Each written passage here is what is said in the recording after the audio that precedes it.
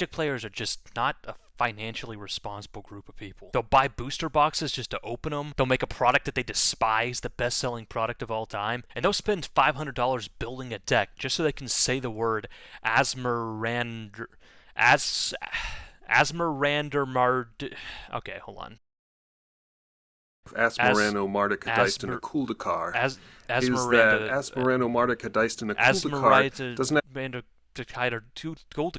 they'll spend $500 just to say that they're playing that deck. But I've got you covered. I've got a $75 budget deck in the description. So this character is not a new character to the lore. She's been around in Magic since the very beginning, but like a lot of old characters in the lore, she kind of missed out on ever getting a card just for a really long time. The reasons why these old popular characters never got a card kind of varied. Some characters were just too powerful, it just didn't feel like their power could be accurately represented on a card, while other characters had a fucking paragraph for a name. But finally, they figured it out. They figured out how to fit Asmoranomardicadaistinaculdacar's name on a card. They took the mana cost from up here, and whoop, now it's down here. She effectively only has an alternate casting cost. You can't actually cast this card normally.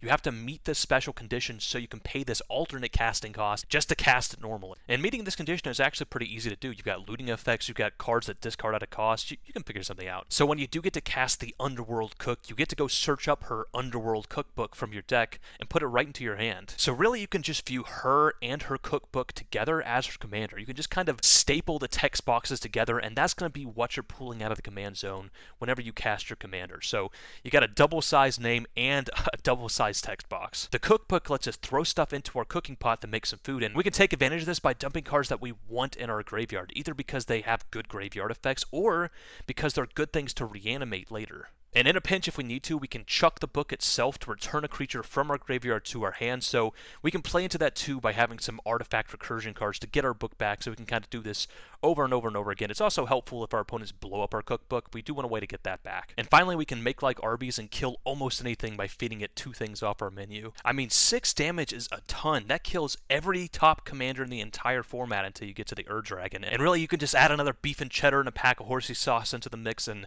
even he won't be able to take it. So if you're looking for a sweet and spicy, super unique Rakdos commander built around discarding and reanimation and madness and all sorts of interesting things, you really can't go wrong with Asmoranomardicadaistinaculdacar.